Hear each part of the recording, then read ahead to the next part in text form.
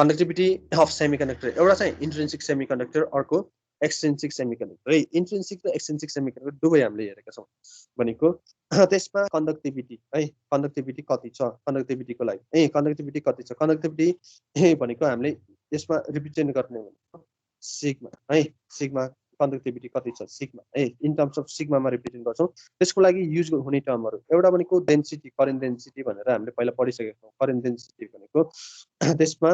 flow of current or flow of electric charge per unit area है त्यसमा current कति छ करेन्ट पर युनिट एरिया भनेको current density है current per unit area current density है भनेको जे अब यसमा इलेक्ट्रोन पनि फ्लो हुन्छ होल पनि फ्लो हुन्छ है इलेक्ट्रोन पनि फ्लो हुन्छ होल पनि फ्लो हुन्छ सो करेन्ट डेन्सिटी है अल्टरनेटर करेन्ट डेन्सिटी त्यो सेमिकन्डक्टरमा हुने करेन्ट डेन्सिटी जे हो भने त्यसमा हुने करेन्ट डेन्सिटी भनेको के हुन्छ sum of current density because of electron as well as the के हो बिकज अफ होल सो यसमा फर्मुला अब फर्मुलामा हेरौँ जे भनेको के छ जेई प्लस जेएच जेई भनेको that is current density because of के हो इलेक्ट्रोन फ्लो अफ इलेक्ट्रोन अर्को जेएच भनेको करेन्ट डेन्सिटी बिकज अफ के हो त्यो होल हो अब त्यहाँ हामीले क्लासमा लेखेको बेला त्यहाँ जेएच अर जेपी पनि हुनसक्छ है पी लेखेको हुनसक्छ पी भन्नु र एच भन्नु एउटै हो है होल तर सबै ठाउँमा एउटै लेख्नुपर्छ भनेको करेन्ट डेन्सिटी के छ एउटा जेई इलेक्ट्रोनको कारणले अर्को भनेको होलको कारणले दुईवटा छ है अब त्यसपछि डेन्सिटीको फर्मुला है करेन्ट डेन्सिटीको फर्मुला त्यसमा चाहिँ के छ क्युएन है करेन्ट डेन्सिटीको फर्मुला क्युएन त्यसपछि म्यु ई क्यापिटल ई है अर सिम्पली हेर्ने हो भने एन त्यसपछि क्यू त्यसपछि म्यु त्यसपछि ई है एन भनेको त्यसमा इलेक्ट्रोनिक चार्ज के हो इलेक्ट्रोनिक चार्ज त्यसमा इलेक्ट्रोनिक चार्ज कुन हो त्यसपछि एन भनेको इलेक्ट्रोनिक त्यो होल हो कि त्यो इलेक्ट्रोन हो है त्यसपछि क्यू भनेको त्यो चार्ज क्यूको भ्यालु इलेक्ट्रोनिक चार्जको भ्यालु कति छ है इलेक्ट्रोनिक चार्जको भ्यालु कति छ त्यसपछि म्यु भनेको चाहिँ मोबिलिटी कति छ त्यो भनेको आइदर इलेक्ट्रोनको मोबिलिटी हुन सक्छ अर होलको मोबिलिटी हुन सक्छ इलेक्ट्रोनको मोबिलिटी अर होलको मोबिलिटी हुन सक्छ त्यसपछि ई क्यापिटल ई भनेको त्यो इलेक्ट्रिक फिल्ड कतै एप्लाई गरेको है इलेक्ट्रिक फिल्ड कतै एप्लाई गरेको सो द्याट इज सोर्स है इलेक्ट्रिक फिल्ड कति छ त्यो चाहिँ के हो द्याट इज इलेक्ट्रिक फिल्ड ई भयो भनेको यसरी हेर्ने हो भने करेन्ट डेन्सिटी जे भनेको करेन्ट डेन्सिटी चाहिँ है अल्टुगेदर करेन्ट डेन्सिटी भनेको यसमा अल्टुगेदर करेन्ट डेन्सिटी भनेको के छ एउटा चाहिँ इलेक्ट्रोनको कारणले गर्दाखेरि अर्को होलको कारणले गर्दाखेरि करेन्ट डेन्सिटी एउटा इलेक्ट्रोनको कारणले अर्को होलको कारणले दुईटै देखियो है एउटा यसमा इलेक्ट्रोनको पनि देखियो होलको पनि देखियो यो दुईटाको कम्बाइन गर्ने हो भने फर्मुला के भन्छ जे कस्तो यहाँ सम है यसमा चाहिँ इलेक्ट्रोनमा चाहिँ हामीले एन भनेर रिप्रेजेन्ट गरेका छौँ that is JE plus JH भनेको क्यू त्यसपछि एन त्यसपछि म्यु ई त्यसपछि क्यापिटल ई है म्यु ई भनेको इलेक्ट्रोन मोबिलिटी त्यसपछि अर्को क्यू त्यसपछि पी भनेको होलको लागि है क्यू चाहिँ के छ इलेक्ट्रोनिक चार्ज पी भनेको त्यसमा कति छ होल्स कति छ त्यसपछि एन भनेको नम्बर अफ इलेक्ट्रोन कति छ त्यसपछि म्युएस भनेको त्यो होल मोबिलिटी है होलको मोबिलिटी कति छ त्यसपछि ई भनेको एप्लाइड इलेक्ट्रिकल है भनेको current density J equals to N mu E plus P mu H times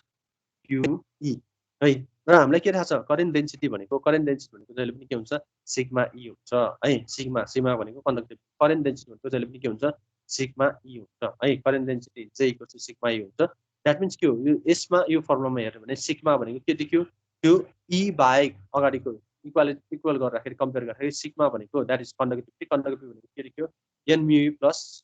P म्युएस times Q देखियो है क्यू देखियो अब त्यसपछि हेर्ने हो भने प्योर सेमिकन्डक्टर द्याट मिन्स इन्ट्रिन्सिक सेमिकन्डक्टर अर्को भनेको इम्प्योर सेमिकन्डक्टर है इम्प्योर सेमिकन्डक्टर भनेको एक्सट्रिन्सिक सेमिकन्डक्टर दुईटामा हामीले यसमा कन्डक्टिभिटी कति हुन्छ त्यो हेर्छ है यदि प्योर सेमिकन्डक्टर छ भने प्योर सेमिकन्डक्टरमा के हुन्छ त्यसमा प्योर सेमिकन्डक्टरमा त्यसमा इलेक्ट्रोनको कन्सन्ट्रेसन र होलको कन्सन्ट्रेसन सेम हुन्छ है कुनै पनि एक्सेस हुँदैन जबकि एक्सट्रिन्सिक सेमिकन्डक्टरमा एन टाइप छ भने इलेक्ट्रोन कन्सन्ट्रेसन बढी हुन्छ पी टाइप छ भने होल कन्सन्ट्रेसन बढी हुन्छ है एक्सट्रिन्सिक सेमिकन्डक्टरमा एन टाइप भनेको नेगेटिभ त्यसमा इलेक्ट्रोन कन्सन्ट्रेसन बढी हुन्छ पी टाइप भनेको पोजिटिभ कन्सन्ट्रेसन बढी हुन्छ तर प्योर सेमिकन्डक्टर द्याट मिन्स इन्ट्रिन्सिक सेमिकन्डक्टरमा त्यसमा के हुन्छ सेम नै हुन्छ इलेक्ट्रोन र होलको कन्सन्ट्रेसन के हुन्छ सेम हुन्छ so for pure semiconductor N equals to P equals to NI भनेको इन्ट्रिन्सिक कन्सन्ट्रेसन भनेको है नम्बर अफ इलेक्ट्रोन कन्सन्ट्रेसन र नम्बर अफ होल कन्सन्ट्रेसन के छ यसमा सेम छ सो एनआई भनेको र एनआई को भ्यालु जहिले पनि के हुन्छ NI square equals to A T cube exponential minus E G naught by KT हुन्छ है यसमा यो टर्महरु दिएको छ त्यसपछि अब यसमा अब त्यो माथिको अनुसार हामीसँग फर्मुला के छ करेन्ट डेन्सिटी J भनेको के छ J भनेको N mu E plus P mu times QE छ अब यसमा हेरौँ प्योर सेमिकन्डक्टरमा हामीले के भनेका छौं त्यसमा नम्बर अफ इलेक्ट्रोन कन्सन्ट्रेसन र होल कन्सन्ट्रेसन N को भ्यालु र P को भ्यालु सेम हुन्छ र हामीले एज्युम गरेको के हो N equals to P equals to Ni है Ni सबस्क्रिप्ट है भनेको सो हामीले N र P को ठाउँमा नम्बर अफ इलेक्ट्रोन कन्सन्ट्रेसन र number of hole concentration small n र स्मल p को ठाउँमा त्यसमा हामीले के गर्छौं Ni राख्छौं Ni सब्स्टिट्युट है Ni सब्स्टिट्युट गरेपछि Ni कमन गयो दैट मिन्स के हो J करेन्ट डेन्सिटी J भनेको के देखियो Ni त्यसपछि कमन त्यसपछि mu E plus mu times QE देखियो अब यसमा हेर्ने हो भने हामीलाई के थाहा छ कन्डक्टिभिटी करेन्ट डेन्सिटी भनेको के हो current density is equals to sigma E sigma भनेको कन्डक्टिभिटी सो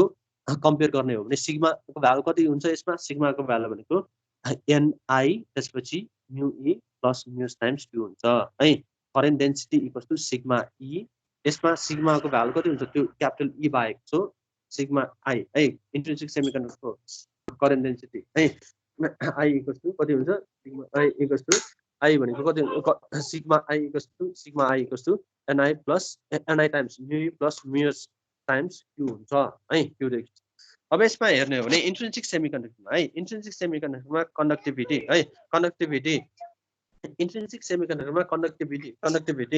जर्मेनियममा 5% जर्मेनियममा 5% 80 degree Celsius 1 degree Celsius change भयो भने जर्मेनियममा चाहिँ 5% ले चेन्ज हुन्छ है जर्मेनियममा 5% ले चेन्ज हुन्छ जबकि सिलिकनमा हेर्ने हो भने त्यही कुरा 1 डिग्री सेल्सियसले चेन्ज भयो भने 1 डिग्री सेल्सियसले टेम्परेचर चेन्ज भयो भने 7% ले चेन्ज हुन्छ यो कुन केसमा भयो यो इन्ट्रिन्सिक सेमिकन्डक्टरको केसमा भयो त्यसैगरी एक्सट्रिन्सिक सेमिकन्डक्टर है एक्सट्रिन्सिक सेमिकन्डक्टर हेर्ने हो भने त्यसमा के हुन्छ इलेक्ट्रोन कन्सन्ट्रेसन र होल कन्सन्ट्रेसन फरक हुन्छ यदि p टाइप सेमिकन्डक्टर छ भने के हुन्छ p टाइप सेमिकन्डक्टर छ भने त्यसमा होल कन्सन्ट्रेसन बढी हुन्छ होल कन्सन्ट्रेसन भनेको p त्यसैगरी n टाइप सेमिकन्डक्टर छ भने त्यसमा के हुन्छ इलेक्ट्रोन कन्सन्ट्रेसन बढी हुन्छ इलेक्ट्रोन कन्सन्ट्रेसन भनेको n सो यसमा हामीले अब हेरौँ है फोर n टाइप सेमिकन्डक्टरमा के हुन्छ इलेक्ट्रोन कन्सन्ट्रेसन बढी that means n is very greater than p है n ग्रेटर देन p छ भने यो माथिको फर्मुलामा के गर्छौं यो फर्मुलामा सिग्मा i को फर्मुलामा त्यसमा n is very greater than p means त्यो p वाला भ्यालु नेग्लेक्ट गर्यो भने p एकदम मिनिमम हुन्छ भनेपछि के हुन्छ p वाला भ्यालु हामी नेग्लेक्ट गर्छौं है p वाला भ्यालु नेग्लेक्ट गर्नु मिन्स के हो त्यसमा सिग्मा को भ्यालु है सिग्मा को भ्यालु कतिसँग इक्वल हुन्छ sigma for n type sigma n equals to n mu E Q यो p म्युज वाला टर्म चाहिँ के हुन्छ क्यान्सल हुन्छ त्यसैगरी p टाइप सेमिकन्डक्टर हेर्ने हो भने p टाइप सेमिकन्डक्टरमा के हुन्छ त्यसमा होल कन्सन्ट्रेसन बढी हुन्छ positive charge so that is p is very greater than n है p is very greater than n p को भ्यालु ग्रेटर छ भने के हुन्छ अब त्यसमा n को भ्यालु हामीले n वाला है नेगेटिभ चार्ज पार्टिकल वाला हामीले यसमा नेग्लेक्ट गर्छौं किनकि p is very greater than p वाला टर्म को भ्यालु के हुन्छ larger as compare to that of n वाला भ्यालु है सो n यो माथिको फर्मुलामा n वाला भ्यालु के छ कम मिन्स के हो n mu e लाई हामीले के गर्छौं नेग्लेक्ट गर्छौं सो फर p टाइप सेमिकन्डक्टर यसको कन्डक्टिभिटी कति हुन्छ p mu h q हुन्छ यसमा काटेको देखिन्छ यसमा हुने भनेको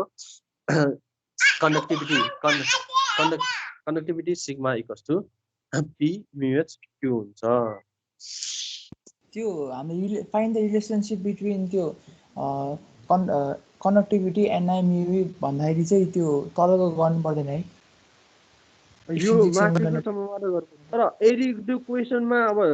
अरु केही छोडेको छैन यो सम्म गर्यो भने फुल मार्क्स पाउँछ नत्र भने यहाँ माथि सम्म भइपुग्छ है हुन चाहिँ यो माथिको छ नि इन्ट्रिन्सिक वाला सम्म त्यति भइपुग्छ तर यो दुई लाइन चाहिँ गरेर हुन्छ है किनकि यसमा दुई लाइनमा के छ यो एउटामा चाहिँ n ग्रेटर देन p भन्ने छ अर्को p यो दुई लाइन गर्यो भने फुल मार्क्स कहिलेकाहीँ चाहिँ कसैले फुल मार्क्स नदिन सक्छ त्यो गर्यो भने चाहिँ फुल मार्क्स ल्याउन सजिलो हुन्छ कम्पल्सन चाहिँ छैन है कम्पल्सन छैन माथिको सम्मबाट गरे पुग्छ यो माथिको n mu e sigma equals to n mu e plus p mu h times q त्यतिसम्मबाट गरे नि पुग्छ है त्यसैमा गरे पुग्छ तर कुनै केसमा अब अरु सबै राम्रो गरेछ यसमा पनि गर्यो भने त फुल मार्क्स आउँछ